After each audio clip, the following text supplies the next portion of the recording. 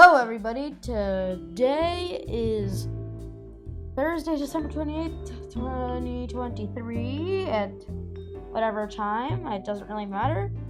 I'm so used to live streaming, but today we decided that we would just do a quick review of whatever happened to B-1058. We found a few videos and I feel like we're gonna blind react to them. I mean, we watched a few minutes in, but yeah, we decided to make this into a video. So Chase, would you mind, Let's start with this one, the NSF one.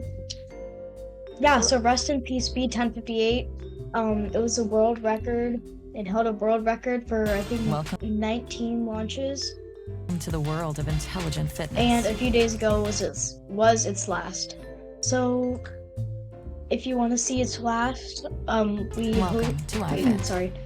we streamed it, so if you would like to see that, the link will be in the description once we post this. Hi, Discord is very laggy with the YouTube share play. Basically, it just shows some images in this video. I really want to show them the Scott Manley video and keep it short and sweet in this video because he goes over what happens, and I'm gonna pause for some key points, I guess.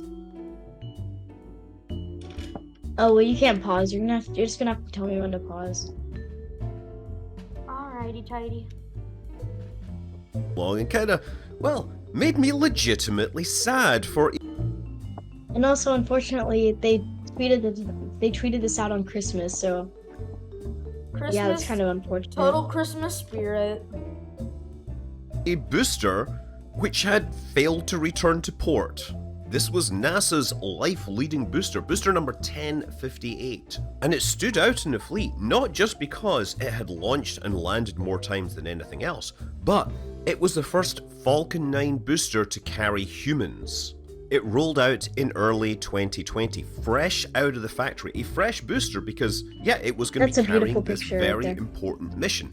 And it generated a bit of the buzz in the older spaceflight community as it signaled the return of the worm. The NASA logo generally doesn't appear on rocket boosters, but both the worm and the meatball adorned this very important launch vehicle. And we should note just how clean that pristine booster looked. Because of course, as that booster flew through its 19 flights, the logos, the markings, they all became obscured under a thick layer of soot from the repeated landing burns. So of the 19 flights, the first one was on May 30th, 2020. It was Crew Demo 2. They followed that up by Anasis 2 in July. There was a Starlink launch, followed by CRS-21, a cargo transport to the space station.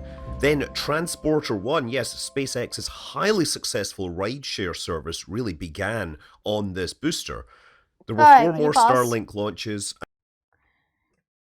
This booster, as you can tell already, he's been talking a lot about how it supported a lot of launches, but it also helped spark the beginning of the transporters missions, which has launched a lot of satellites by now. It's like 100-something satellites per mission, at least on average, and it's had 9 missions so far, so you do the math on that. I'm too lazy to, like 900 or whatever. But there's some more than 100, there's some less than 100, so I wonder what it averages out to per launch. You can unpause. Another transporter launch, and then the rest of its career was spent lobbing Starlink satellites into orbit. Its penultimate flight was on November 4th, and 49 days later it was once again on the pad, ready to throw another batch of Starlink satellites into orbit, and it did it successfully, showing that the booster could perform right up to the end of its career. Over 19 flights, it launched a total of 260 tons, which is more than half. 19 flights, guys. You gotta get that through your head. 19 flights is insane. They built these things to be doing 10, and people said, nah, you're never gonna do that. Now they doubled that. It was nearly double. Their world record. Yeah. Or it's just the world record the booster. International Space Station. And on each one of those flights, it also had to perform this rocket-powered landing. In this case, it was targeting the drone ship Just Read the Instructions, which was parked out in the middle of the Atlantic. And we get a fantastic view of this whole event all the way down. We're not having those signal dropouts that we used to have now that we have more reliable, satellite internet, huh? So importantly, the booster did not fail. We haven't really seen the limits on what boosters can do when they are properly maintained and refurbished between flights. But on the way back to port, it encountered heavy seas. According to the weather reports, the swell may have been as high as 10 to 20 feet. And while the booster was supported by the landing legs and secured to the deck by Octograbber, clearly the conditions encountered were too much for this, and the booster toppled and broke in half just above. Sorry, I keep making you pause, but I need to add commentary to this video. 10 to 20 feet high. You gotta imagine that the scale of a human next to this is tiny, and this thing is like the size of what? Like a football field, they said, or whatever? But,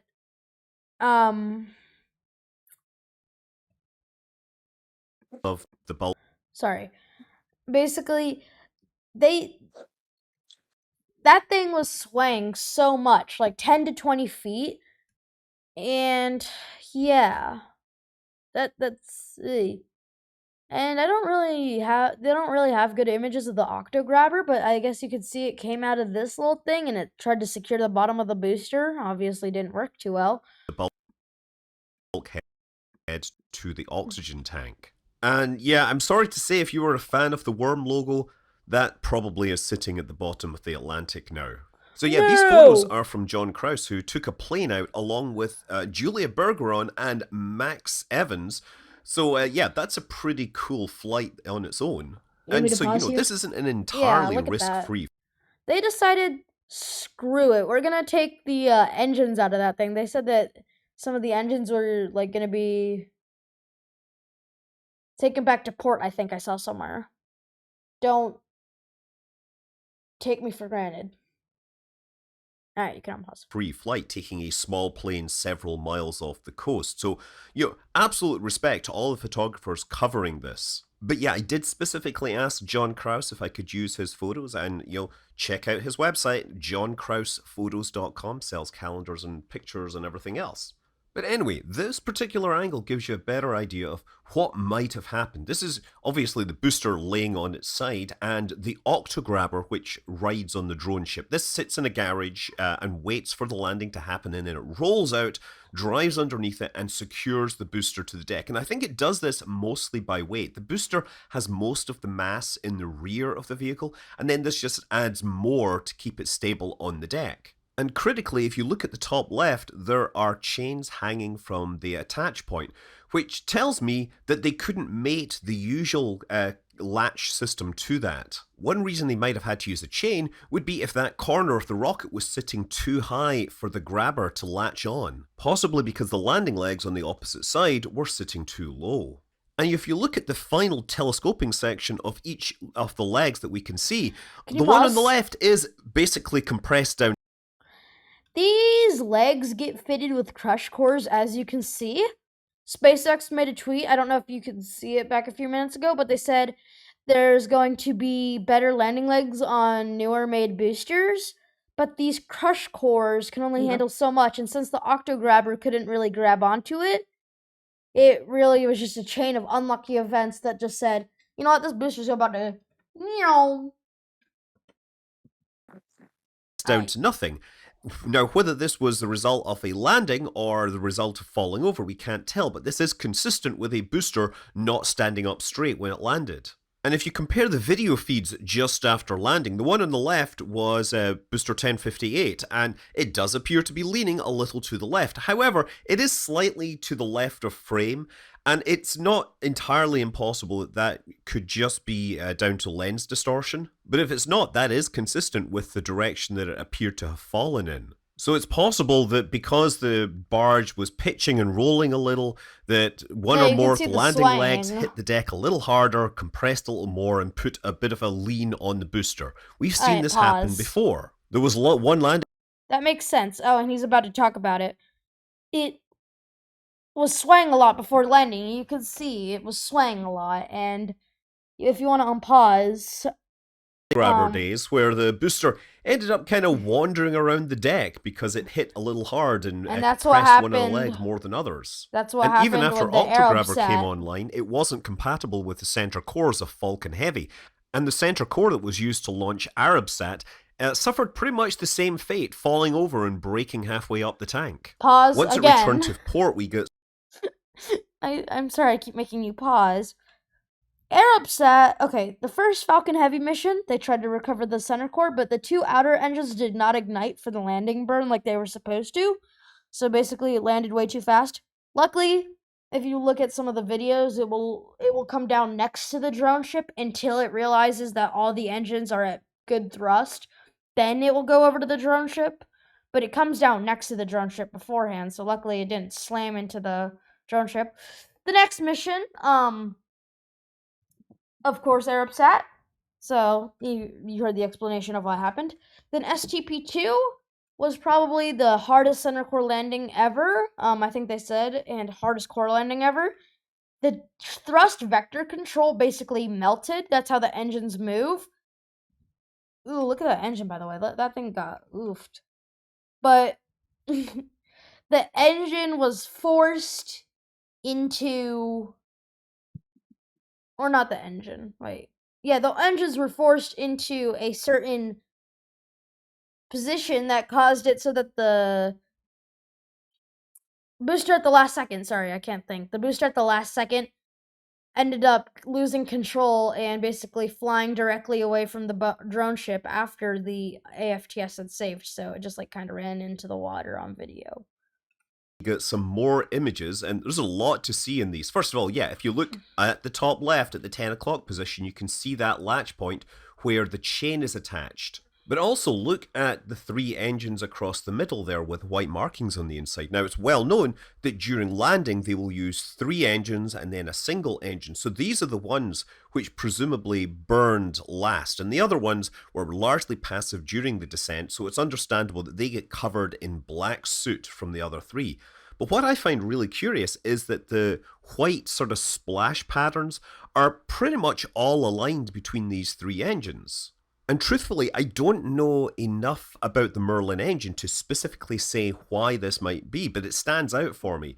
We know that the engine injector is a pintle-style injector, which should produce circularly symmetric patterns.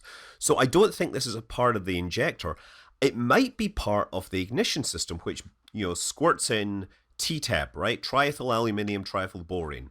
And if those are, there's no reason for those to be symmetrical, otherwise they'd have to be integrated into the injector. But if those are injecting from both sides of the engine, they might produce these kind of patterns. These engines are being lit and shut down more than the others, and they're running for shorter periods of time. So it's possibly a deposit related to this ignition mechanism.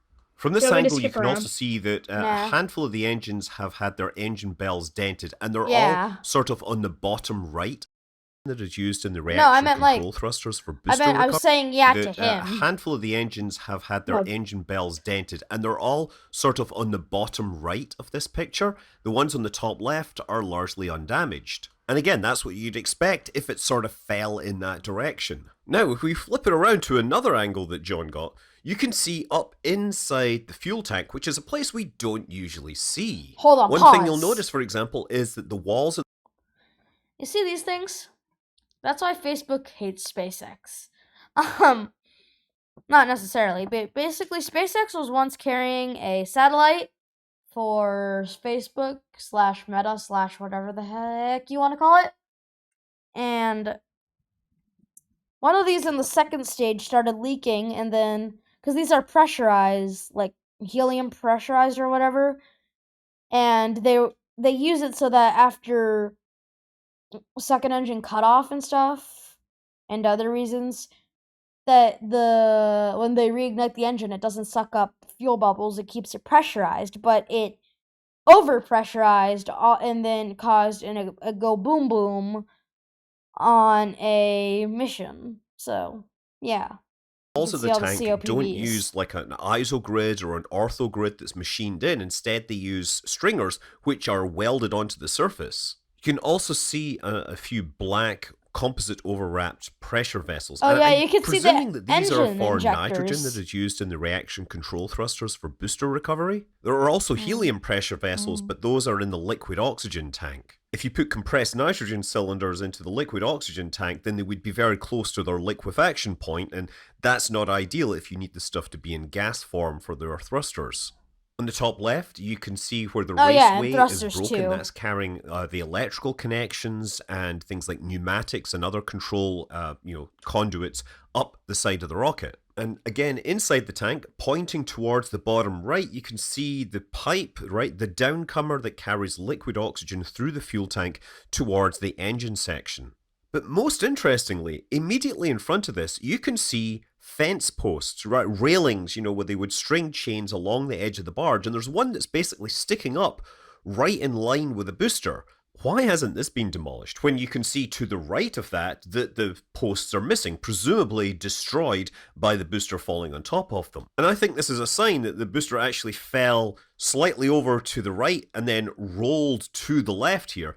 Because if you look at the material inside it, the tanks and the downcomer, they've all sort of shifted over to the right as if that was the direction of the impact. And then I think the whole thing rotated into position. Also, one other thing to look at this photo is you can see the side of the rocket is actually pretty shiny, even although it is black from all that soot. So the soot still leaves a nice shiny surface. Anyway, shifting the view over, you can see down the side of the tank how it's actually split and torn.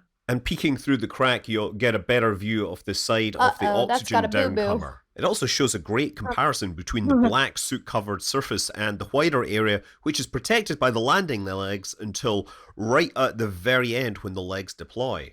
So anyway, coming around the back here, one of the things I can see is that this octograbber leg really hasn't let go. It has just locked on there, and it's literally like tin can opener, cut itself into the side of the, the section at the bottom of the rocket. And you can see by the way this rocket nozzle is compressed that it's been squished from below and pushed into the one above it. That's probably pushing against one of the arms of the octograbber. Now, Sean Cannon captured this interesting image where you can actually see the leg that has been crushed. And if you zoom in on that specific section, you can see the top segment of the strut.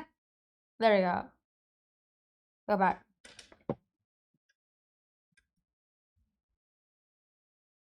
So about here? Just go back where we were.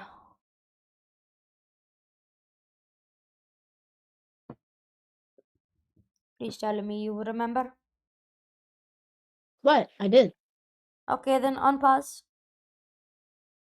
The top segment of the strut is sticking out sideways and it's been snapped, so the strut has actually broken as this thing fell. Or possibly the strut failing is what led to the fall. So yeah, this is unfortunate, and there are already a multitude of self-appointed experts on the internet who are saying that SpaceX brought this upon themselves for being stupid enough to transport boosters around like this on the high seas. But let's be clear, SpaceX knew this. You're not telling them anything.